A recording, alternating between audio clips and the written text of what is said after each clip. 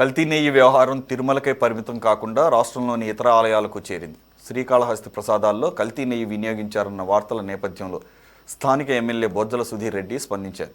తిరుమల కల్తీ నెయ్యిపై సిట్టుతో దర్యాప్తు చేసినట్లే మిగిలిన ఆలయాల కల్తీ నెయ్యి వ్యవహారం మీద కూడా లోతైన దర్యాప్తు జరపాలని సుధీర్ రెడ్డి కోరారు. అసెంబ్లీ బడ్జెట్ సమావేశాల సందర్భంగా గవర్నర్ ప్రసంగాన్ని అగౌరవపరిచే విధంగా వైసీపీ ఎమ్మెల్యేలు వ్యవహరించిన తీరును బొజ్జల తప్పుబట్టారు. ఇదే అంశం మీద శ్రీకాళహస్తి ఎమ్మెల్యే బొజ్జల సుధీర్ రెడ్డితో మా సిటీ 24/7 ప్రతినిధి Ramakrishna face to face. AP assembly budget సమావేశాలు ఈ రోజు నుంచి ప్రారంభమయ్యాయి. ప్రధానంగా గవర్నర్ ప్రసంగంతో బడ్జెట్ సమావేశాలు ప్రారంభమయ్యాయి. అయితే వైసీపీ మాత్రం బడ్జెట్ సమావేశాలకు సంబంధించి గవర్నర్ ప్రసంగాన్ని సభలో పెద్ద ఎత్తున వ్యతిరేకిస్తూ నిరసనలు తెలియజేస్తూ సభ నుంచి బయటకు రావటం జరిగింది. ఈ నేపథ్యంలో దీని మీద ప్రధానంగా గవర్నర్ ప్రసంగం మీద వైసీపీ సభ్యులు వ్యవహరించినటువంటి తీరు మీద మనతో మాట్లాడేందుకు ఎమ్మెల్యే బొజ్జల సుధీర్ రెడ్డి గారు ఉన్నారు. ఆయనతో మాట్లాడే ప్రయత్నం చేద్దాం. సుధీర్ రెడ్డి గారు, ఇవాళ అసెంబ్లీ సమావేశాల్లో వైసీపీకి సంబంధించినటువంటి ఎమ్మెల్యేలు వ్యవహరించినటువంటి తీరు ఏ విధంగా ఉంది? ఎందుకంటే గవర్నర్ అంటే ఒక గౌరవానికి చిహ్నం ఆయన ఈ రాష్ట్రానికి. అలాంటి గవర్నర్ ప్రసంగాన్ని అడ్డుకునే ప్రయత్నం చేయటం, నిరసనలు తెలియజేయటం ఎంతవరకు కరెక్ట్, ఏంటిది? ఈయన ఏదో సాధించేసినట్టు జగన్మోహన్ రెడ్డి నేరుగా లోపల రావడం జరిగిందన్న. లోపలికి వచ్చిన తర్వాత జగన్మోహన్ రెడ్డి గారు, బొత్స గారు పక్కన కూర్చున్నారు. మిగతా వెనకాల ఎమ్మెల్యేలు, ఎమ్మెల్సీలు అందరూ కనుక కూర్చోవడం జరిగింది. ఈయన ఇమీడియట్గా గవర్నర్ ప్రసంగం స్టార్ట్ అయిన 2 నిమిషాలు గల 3 నిమిషాలు 4 నిమిషాలు నేను డెకార్డ్ చేశాను, చూపిస్తాను మీకు.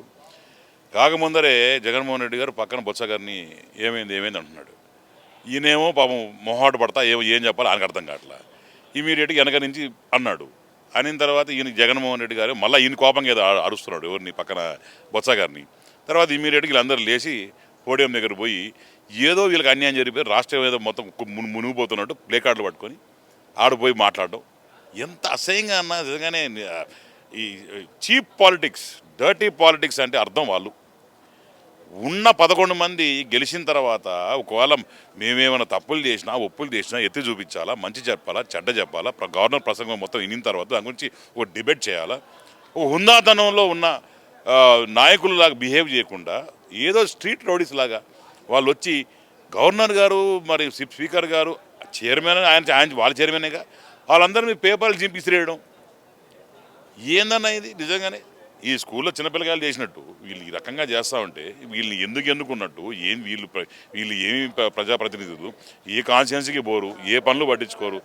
ఇలాంటివి ఏవో వీళ్ళు చేసిన స్కాములు స్కీములన్నీ బయటపడ్డప్పుడు ఏమో బయటకు వచ్చినప్పుడు వచ్చి రచ్చ చేయడం, మీడియా వాళ్ళు ఫ్రీగా దొరుకుతారు, వచ్చి ఏదో పిచ్చివాగుడు వాగడం, ఈ రకంగా చేయడం తప్ప నిజంగానే ఎంత అన్ఎథికల్గా, క్యారెక్టర్ లేకుండా, ఒక గౌరవం లేకుండా, ఒక ముఖ్యమంత్రి హోదాలో ఉండి ఆయనే ఉండి దగ్గరుండి చేస్తున్నాడంటే నిజంగానే నాకు ఈరోజు సంపూర్ణమైన నమ్మకం కలిగింది. జరిగిన స్కాములు కావచ్చు, కావచ్చు, ఏమన్నా కావచ్చు, లిక్కర్ స్కామ్ కావచ్చు, అన్నీ కూడా కేవలం జగన్మోహన్ రెడ్డి గారి కనుసందలో జరిగినాయి. ప్రధానంగా ప్రతిపక్ష హోదా ఇవ్వలేదన్నటువంటి ఒక ఆరోపణతో పాటు రాష్ట్రంలో ప్రభుత్వం తీసుకుంటున్నటువంటి ప్రైవేటీకరణ, వైద్యశాల ప్రైవేటీకరణకు సంబంధించిన పీపీపీ మోడ్ కాదు, దాని మీద నిరసన కూడా వ్యక్తం చేసినట్టు. అంటే ఇవన్నీ చేస్తారన్న, ఎందుకంటే ఇవన్నీ డైవర్షన్ పాలిటిక్స్. ఇప్పుడు గీది నడుస్తుంది కదా, ఈ హాస్పిటల్ ఎత్తుకుంటాడు, హాస్పిటల్ నడుస్తుంది కదా ఇంకోటి ఎత్తుకుంటాడు. ఇవన్నీ ఏంటంటే పబ్లిక్ ఒక దాని మీద డెప్త్గా ఆలోచన చేసి ఇది నిజమా కాదా అని ఒక నిర్ధారించే టైంలో, ఇది నిజమని తెలిసే టైంలో దాన్ని ఇంకోటి తీసుకుపోయి కాలేజెస్ అంటాడు, లేకుంటే ఇంకో దగ్గర ఏదో ల్యాండ్ స్కామ్ అంటాడు, లేకుంటే ఇంకోటి అంటాడు. ఆ రకంగా డైవర్షన్ పాలిటిక్స్ అనేది జగన్మోహన్ రెడ్డికి ఎప్పటి నుంచో వెనతో పెట్టిన విద్య. ముందు నుంచి వాళ్ళకున్న అజెండా కూడా డైవర్షన్ పాలిటిక్స్. కాబట్టి ఇవన్నీ ప్రజలు చూస్తున్నారు. డెఫినెట్గా ఈరోజు కూటమి ప్రభుత్వం ఏ రకంగా పనిచేస్తుందో, ఏ రకంగా ముందు పోతుందో, ఏ రకంగా చంద్రబాబు నాయుడు గారు కావచ్చు, పవన్ కళ్యాణ్ గారు కావచ్చు, అటు మా లోకేష్ అన్న కావచ్చు, ఇక్కడి నుంచి సెంట్రల్ నుంచి మోడీ గారు కావచ్చు, ఏ రకంగా సపోర్ట్ చేస్తున్నారు, ఏ రకంగా ముందుకు పోతున్నాం చక్కగా చూస్తున్నాం. ఒక చక్కటి ప్రభుత్వం ఏ రకంగా ఉంటుంది. ఒక ఎగ్జాంపుల్ ఈరోజు మొత్తం భారతదేశంలోనే ఆంధ్రప్రదేశ్. ఎందుకంటే దిక్కుమొక్కు లేని ప్లేస్కి ఈరోజు అన్ని లక్షల కోట్ల అప్పులు ఇచ్చిన తర్వాత దాన్ని ఎట్లా రివైవ్ చేయాలా, ఎట్లా ఇంట్రెస్ట్లు కట్టుకోవాలా, ఎట్లా దాన్ని ఉన్న అప్పులు పూడ్చాలా, ఎట్లా ముందుకు పోవాలా అనే ద్వారంలో ఈరోజు చంద్రబాబు నాయుడు గారు పుట్టిన బిడ్డలాగా ఒడవళ్ళు అడుగులేస్తూ అక్కడి నుంచి ఫీడింగ్ ఇస్తూ మోడీ గారు ఇక్కడ పవన్ కళ్యాణ్ గారి చేతులతో పాటు చేతులు చేసుకొని బ్రహ్మాండంగా ఈరోజు ముందుకు పోతున్నాం. దాన్ని కూడా ఏదో రకంగా డెవలప్మెంట్ ఆపేయాలా. ఒక దుష్ట రాజకీయం, ఒక రాక్షస తత్వం పైసచ్చితం కాకపోతే ఈ రకంగా వీళ్ళు చేసే కార్యక్రమాలు నిజంగానే బాధకరం. ప్రజల్లో కూడా ఈ 11 కూడా నెక్స్ట్ టైం రావన్నా, రాసుకో, ఈరోజు చెప్తా ఉన్నారు.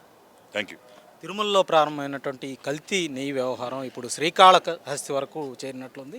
ఏంటి అక్కడ కూడా ఈ కల్తీ నెయ్యితో ప్రసాదాలు తయారు చేశారు, దానికి సంబంధించి వివరాలు. ఇదే వినాయక ఏజెన్సీ, ఇదే డోలే బాబా, వీళ్ళందరూ కలిసి 2022 నుంచి 24 వరకు ఇదే ఏజెన్సీ సప్లై చేసేట్టుంది. నిన్న కూడా అన్ని పేపర్లో కూడా రావడం జరిగింది. సో అది చదివిన తర్వాత మేము కూడా అవాక్కయ్యాం. మేము కూడా తీసుకెళ్ళి అందరికీ, మా ఫ్యామిలీ మెంబర్స్కి, మా పిల్లలు కూడా పెట్టామన్న ప్రసాదాల. నిజంగానే వాళ్ళ హెల్త్ పరిస్థితి ఏంది కథ, వీళ్ళు చేసే ఇది నిజంగానే వీళ్ళకి దేవుడు అంటే నమ్మకం లేవన్నా. ఒకటే అర్థమైంది, దేవుడు అంటే నమ్మకం లేదు, వాళ్ళ మనుషులంటే లెక్క లేదు, ప్రజలంటే అసలు కనీసం వాళ్ళ మనుషులు కూడా చూసే ఉద్దేశం లేదు. సో వీళ్ళకి ఏంటంటే ఏం చేసే చెల్లిపోతుంది. అంటే హిందూ సాంప్రదాయాలు దెబ్బతీసే ప్రయత్నంలో భాగంగా కుట్రపూరితంగానే గత ప్రభుత్వం ఇదంతా చేసిందనుకో. ఇక్కడ హిందూ సాంప్రదాయాలే కాదన్న, ముస్లిం సాంప్రదాయాలు కూడా దెబ్బతీసే. ఎందుకంటే స్వామివారి ధర్మపత్ని ఎవరు? బీబీ నాంచారమ్మ. ఎవరు బీబీ నాంచారమ్మ? ఆయన అన్యాయం జరిగితే ఆవిడ బాధపడరా? వాళ్ళు ముస్లిమ్స్ బాధపడరా? దీంట్లో అందరూ హ్యూమానిటీ అనేది దాంట్లో ఇన్వాల్వ్మెంట్ ఉంది.